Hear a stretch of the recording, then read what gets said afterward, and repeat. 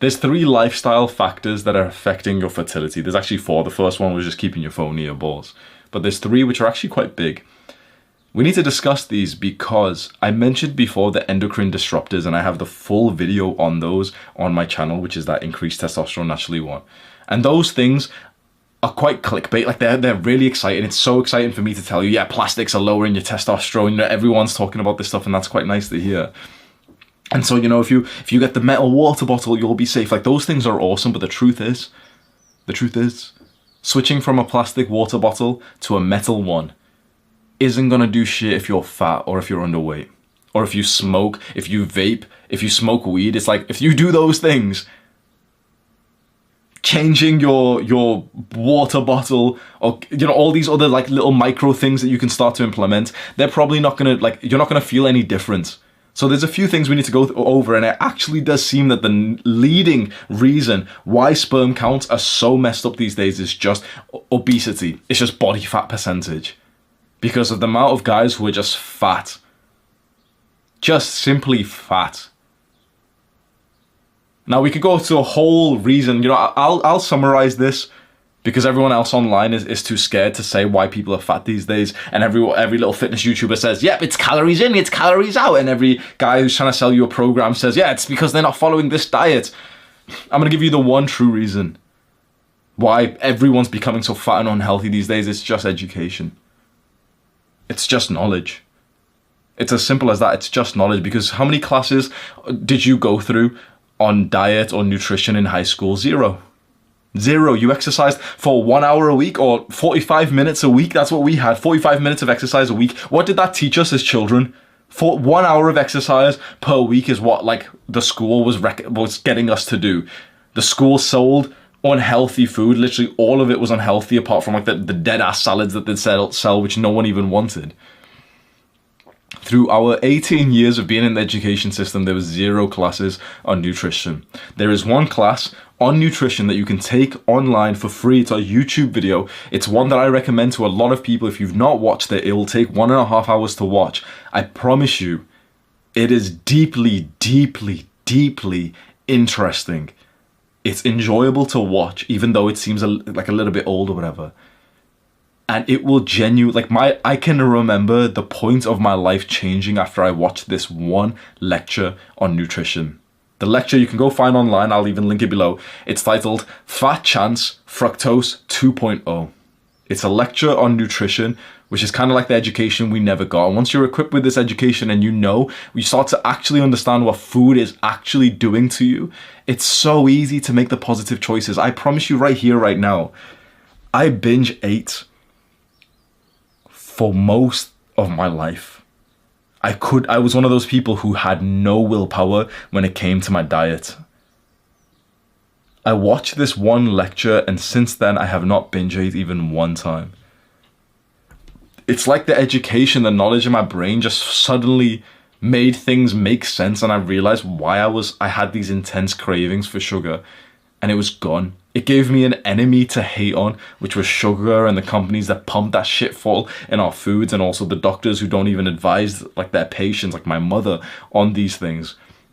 I still remember this one day when my mom came home from like a GP appointment with like a sad look on her face, saying like, oh, the doctor's told me like I've got like too high cholesterol, so he's told me to go for like the low fat alternatives. And she had been to the shops as well, and she's got like low fat yogurt and stuff, and I'm literally like, I didn't even have to look, but I still looked. Bro, what the fuck do you think low fat means, by the way?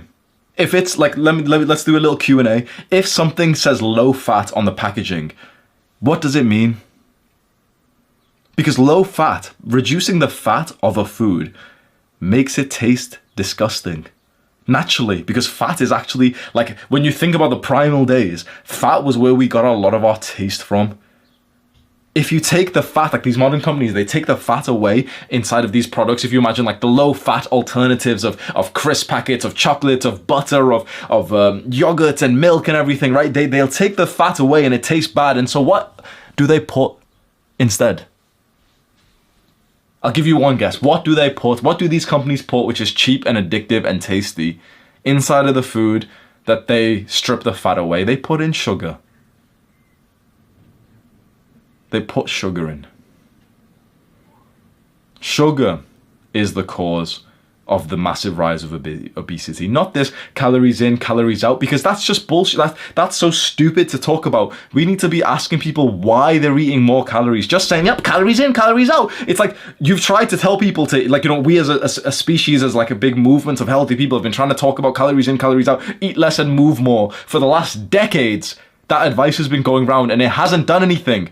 So the next time you see some dumbass fitness YouTuber, just remind yourself that he literally doesn't know shit. Even if he's got some professional, like, little backing qualification, he's done a personal training degree or some personal training course, like 6-week online course, and he thinks he's qualified, bro. And all these fucking dumbasses just talking about, yeah, calories in, calories out. It's not that simple. If it was, you tell someone eat less and they would, problem solved. We need to be asking a slightly, like, you know, like a double-digit brain IQ, like a double-digit brain cell question. Why are people eating too many calories? Why are people eating more calories now than they used to 100 years ago? What's causing people to feel these cravings? What's causing people to reduce their willpower? What's causing people to get even hungrier? What's causing the addiction of poor quality food, which lacks nutrition, that people are eating? Well, all of these things became problems. Maybe about 80 years ago, you started to see every, like, health problem just start to skyrocket. Sometime in, like, the 40s, 50s, 60s, every health problem, cardiovascular disease and obesity and all these ones just start to skyrocket from that point. And what do you think became so prevalent inside of our societies, inside of the supermarkets? Well, what started to be pumped inside of everything, inside of ketchup, inside of, like, all the sauces you use, and every, like, meal that you get in a restaurant these days has got like 30 grams of sugar. You know, milk has more, like, about the same amount of sugar. Like, a glass of milk has about the same amount of sugar as Coca-Cola. And people think milk is healthy, and it's actually very estrogenic as well, by the way. Like, that's a separate topic. But actually, no, it's not even a separate topic, bro. Like, literally, there was one research study I read, right? Little boys who were given milk inside of primary school. I mentioned this in my last video, but I didn't know that, had heard of the study. Little boys who were given a glass of milk, they literally had their urine tested an hour later, and they had, like, the estrogenic substance inside of their urine, and they ended up having lower testosterone after that, just from milk. And so I started my previous video talking about this, where inside of our school, every single day we would have, like, a designated milk break. I don't know if this was just a UK thing, but we literally got sat down inside of primary school, and the teachers would bring in carton after carton of milk with nice little plastic straws. Every day just fucking lowering your testosterone levels. Inside of school. With your obese teacher. It sounds like a dystopian reality when you think about that. You've got an obese teacher who's telling you that milk's going to give you healthy bones. The milk's got 25 grams of sugar in and it lowers your testosterone. And you've got a plastic straw to just add it all together. Oh, bro. So obesity, or just let's just say body fat percentage, is the first and major lifestyle issue. A lot of us young people don't need to worry about this. You're not totally fat, it's fine. Being too shredded can also mess up with your hormones as well. A lot of, like, fitness guys will say this, and bodybuilders will say this. If you really do shred down to the point that you have, like, a full-on 6-pack or 8-pack, you know, like, fitness Instagram ready, that's probably going to mess up your testosterone and probably sperm too, because you're just so deprived of nutrients. In fact, the best macronutrients for, like I was going to say hormone health, but honestly just health, it's fat. It is absolutely crucial that you have a high-fat diet. Absolutely crucial. I couldn't imagine eating in any other way. And I know that bodybuilders and guys who are really into the gym, as I have been, like to go on a high-carb diet instead and lower their fat to like 50 grams a day. That just blows my mind, because at that point you're sacrificing your health and your hormones and your brain's cognitive function just for hopefully another rep in the gym. It's sure, bro, go and make your gains 100%, but see what you can do when you're actually eating the diet that's optimum for your health, your mental cognition, and also still great for the gym. High fat diet is perfect for that. You don't want to get too high of a body fat percentage, and you don't want to be too lean. So this is that like stereotypical advice. Maybe be 12 to 18% body fat. There's no point us really saying, oh, well, you can be 13.5, because none of us actually really know what our body fat percentage is. You might think you do because you just have this arrogance of thinking, yeah, but I know how to calculate it just by looking. No one really calculates it wrong. Calculates it right unless you've had like a DEXA scan recently. So the idea is like, just don't be fat, just don't be really shredded. Done. The second thing is smoking. 29% decrease in sperm count for those who smoked weed once a week. 29% decrease in your sperm if you smoke weed once a week.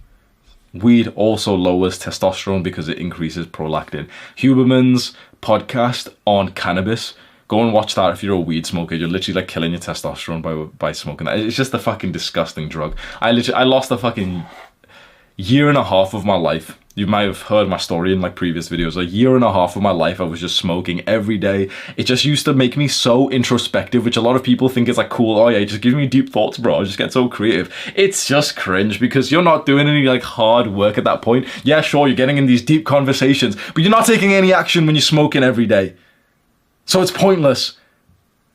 I still have journal after journal underneath my bed of the ones that I filled out whilst I used to smoke every day, thinking that I was being productive. Journal after journal after journal. I've got them stacked up underneath my bed. They're sad to go through. I literally, honestly, I cry every single time I read the journals that I wrote, the multiple journals that I wrote when I used to smoke every single day, because it's just embarrassing. Every day I'm talking about the pain of being broke, the pain of like cheating on my diet again yesterday with shit food, and I don't change anything. Day after day after day is these sad journal entries where I'm just not changing anything. It's like, oh, I smoked again last night and we ordered food and I didn't even have the willpower to do it. Okay, the goal is to like make $100 from my business this month. Didn't even do anything. The goal is to work on my drop shipping business for 4 hours this week. Didn't even do half an hour.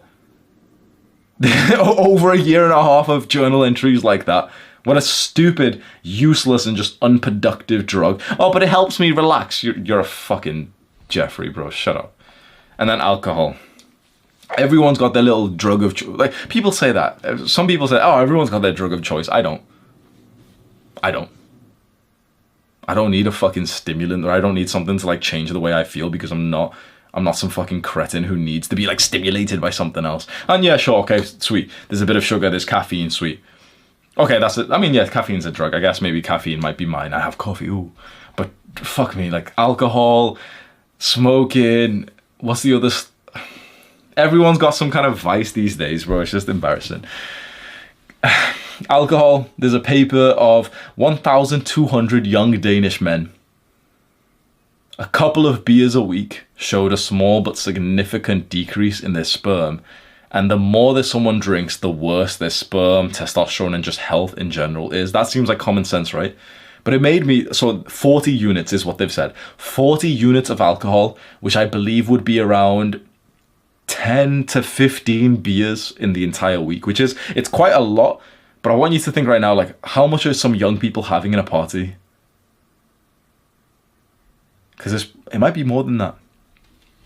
I think America still has quite a big drinking culture, but it's more, from what I know about like American movies, or I don't know if this is how it is there, but I'm pretty sure like Americans and people around the world don't drink that much compared to the UK. From what we saw in movies here is like the Americans will have like a frat party or something, and a guy will come in like, oh yeah, let's get wild tonight, and he's got like a 6-pack, and there's like 10 guys there like, oh yeah, whoa, we're getting drunk, bro, like yeah, like they're sharing out beers. In the UK, we don't do that, bro. In the UK, we drink straight vodka before we get ready to go out and drink. What I'm about to tell you might seem like I'm exaggerating for people who aren't in the UK, but anyone in the UK can confirm what I'm saying is not even that crazy. Me and my friend, it was very, very often, I'm talking literally 2 to 3 times a week, me and him would go out. We lived together as well, right? It was standard. This wasn't like a special thing. Me and him are going to go out. This was actually kind of fun. And what we'd do is we'd just message each other, W ? And that would mean, do you want to hop on Fortnite, pre-drink, drop some kids, and then also go out and like get girls afterwards. And so he'd send me W ? I'd reply W, and out of nowhere he'd walk in, he's got like bags and stuff. Okay, sweet. There's a bottle of vodka, a 1 liter bottle. 1 liter we would finish that between us, about half a liter of vodka each, before we would go out and drink. Once we'd go out, we'd get, honestly, at least 5 drinks, but more like 10. And we did that at least twice a week for over 3 years, 4 years. So it might be not far from like 3/4 of a liter of vodka that I was having twice a week.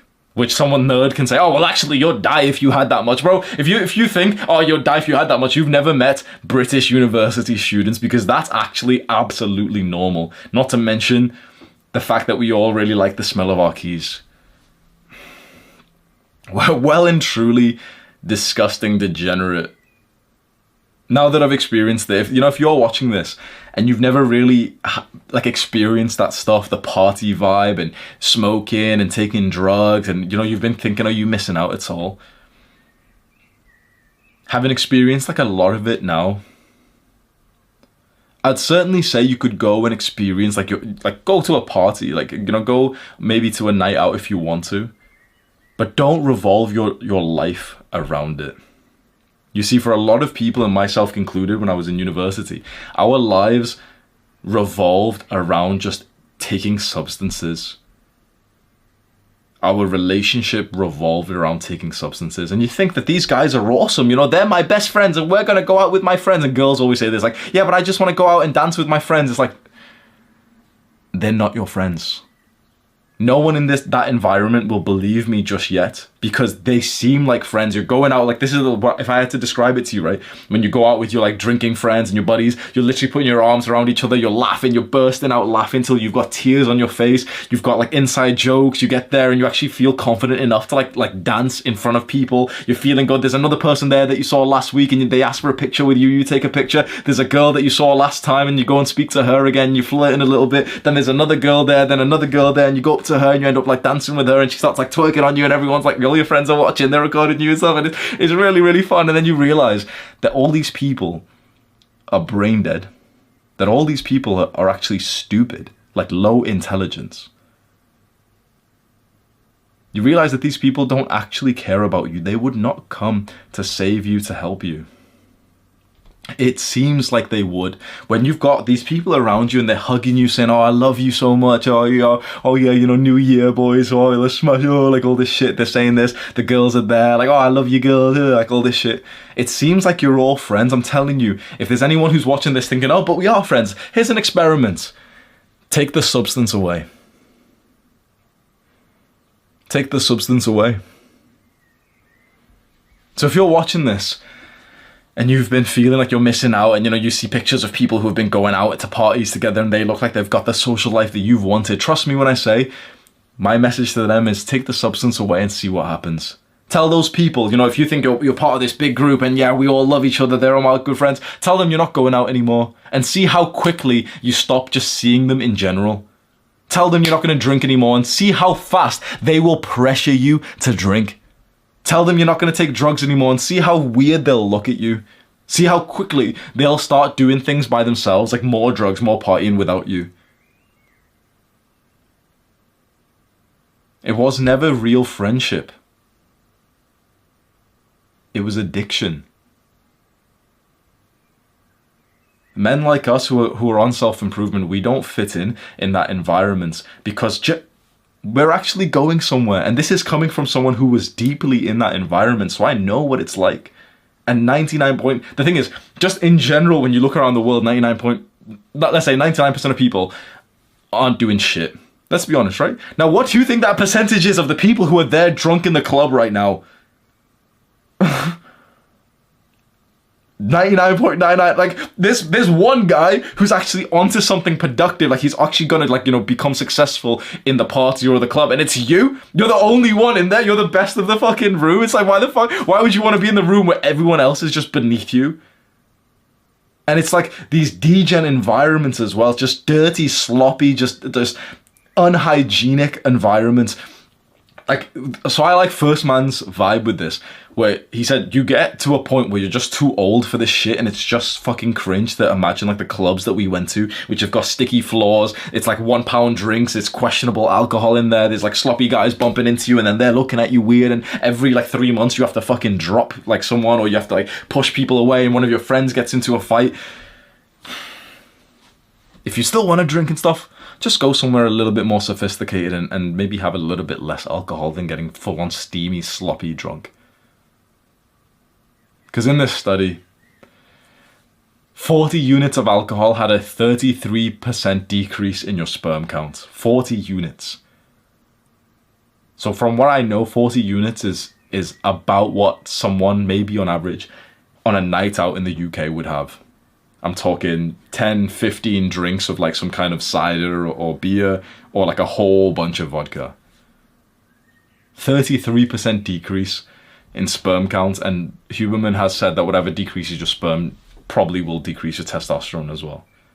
And we know that it's alcohol, it decreases your alcohol makes 100% of your life, like all your health, just worse. And there's the dumbasses who say, oh, but red wine's actually healthy for you, bro. Just shut up. Fucking hell. People love to cope, don't they? It's the same with video games. Like, oh, but 1 hour at the end of the day to just rest, bro. Oh, but just one joint at the end of the day just because it helps me relax and be creative. Everyone loves to believe that their cope, their bad habit is actually productive. Everyone loves it. And guess what? You're the same. Because there's a bad habit that you love to do that you still cope and say that it's a good thing. What's mine? What is a bad habit that I cope and say like, oh, it's actually kind of good for me, you know? Probably like treats, man, honestly.